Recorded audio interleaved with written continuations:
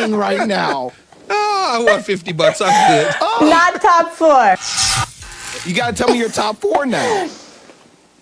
Well, you start with the turkey. Obviously, that's number 1, and then I say stuffing, filling, whatever you want to call it, right? Okay, and then the mashed potatoes, absolutely number 3, and then the pumpkin pie.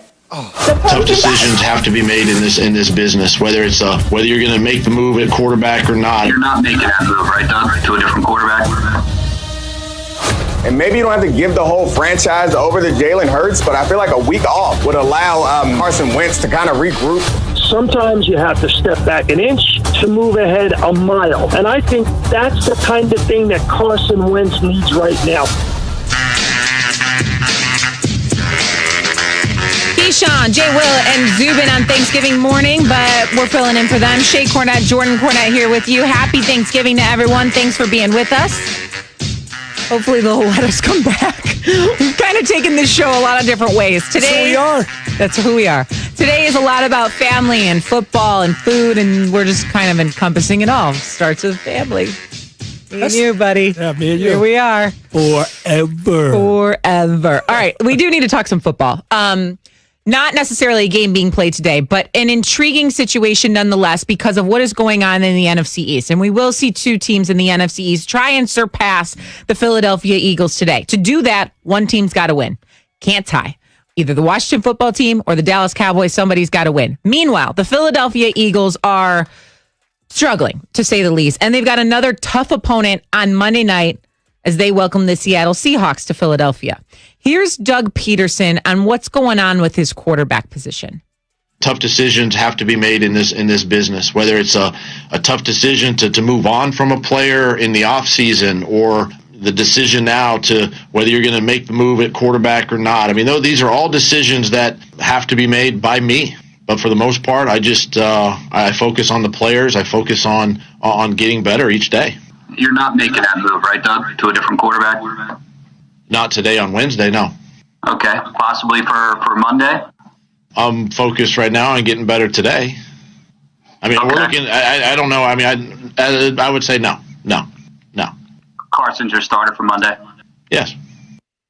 Okay. That is proof. Doug Peterson is not committed to Carson Wentz. Proof is brought to you by Pennzoil. Pennzoil synthetic motor oils are made from natural gas. It gives you unbeatable engine protection. The proof is in the Pennzoil based on sequence for a wear test using SAE 5W30. So it's good to see indecision goes beyond the quarterback position, but also to the coach. That's rough. I mean, but to me, it's You're right, though. How much worse could a response have gone? It's clearly opening the door that there is indecision going on at the highest of levels there on what to do with the quarterback position because what is it, $121 million committed to Carson Wentz there? So for financial reasons, you feel like you're... I think it's 130. You feel like you're tied to that quarterback and Carson Wentz. And Jalen Hurts, who you drafted in the second round, was supposed to be an option at quarterback.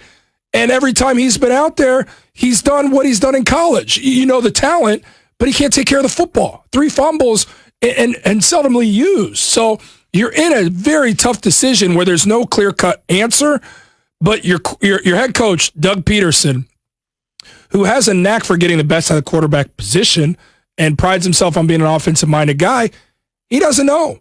Or maybe it's not what he wants. There's clearly something going on. To say, we're not making this decision, not today on Wednesday, what does that say to you, Shay?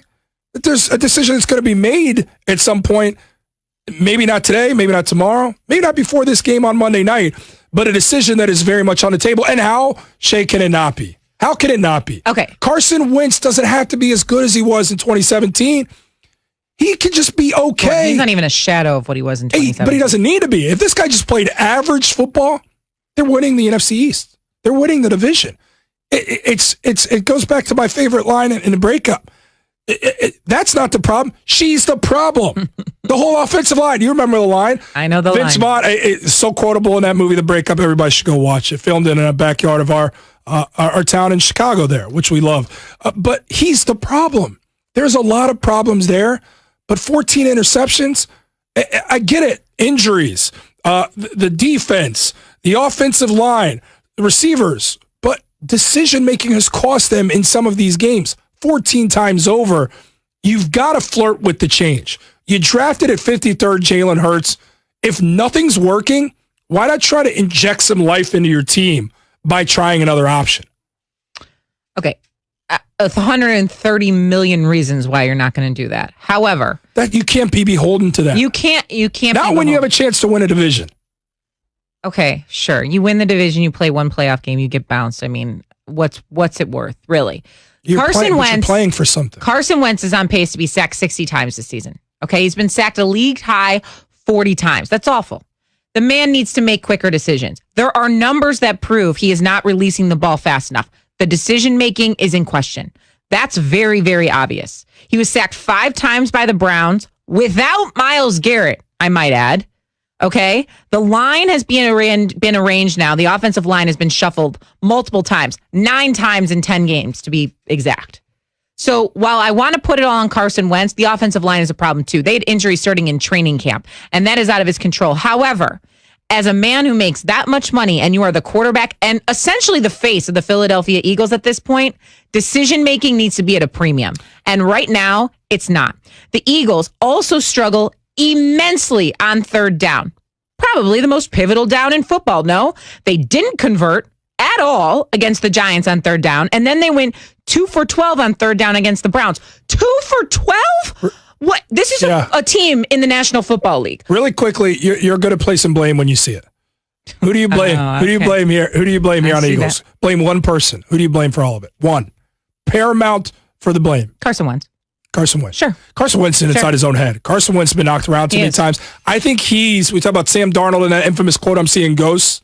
I think you're looking at Carson Wentz that's so inside his head and is a shell of the player that he used to be that he's second-guessing himself. This guy is inside his own head so much, he doesn't know where to go with it. If I hear I can't turn the ball over one more time, I can't deal. Keyshawn, J. Will, and Zubin is presented by Progressive Insurance. At Progressive, they're making things even easier. They'll help you bundle your home. To win, I mean, I think, the Philadelphia Eagles and Doug Peterson needs to stop pointing the finger and point the thumb and understand that, the reason why Carson Wentz is on pace to be sacked, 60 times is the fact that they mortgaged the future for the present. Mm-hmm. And listen, they got what they wanted. They got the desired result. You talk about an organization that's never won a Super Bowl. They won a Super Bowl, and they went all in. No team. I mean, you think that the Houston Rockets was transactional? No other GM has been transactional than Maury, than Howie Roseman and all the moves that he made. And what did he do? He mortgaged the future. They're $64 million over the cap next year.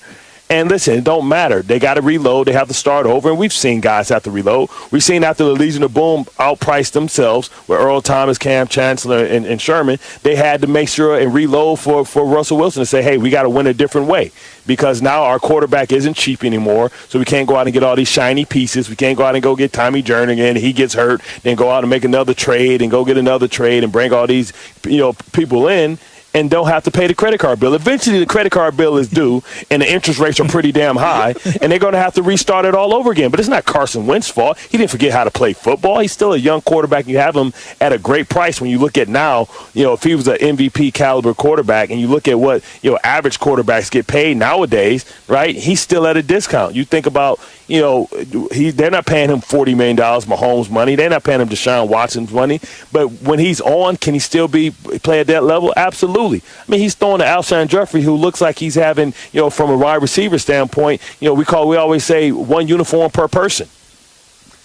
You're listening to All-Pro Bart Scott. Bart Scott does a great job with him and Hahn, 11 a.m. to 1 p.m. on 98.7 ESPN New York. You can also catch them on Get Up at 8 a.m. Shea Cornette, Jordan Cornette filling in for Keyshawn, J. Will, and Zubin here. And kind of the quarterback, Carson Wentz. And I don't think you have the similar sentiment for the quarterback in Chicago, who at this moment in time seems like he's no longer the starter. Nick Foles goes down a week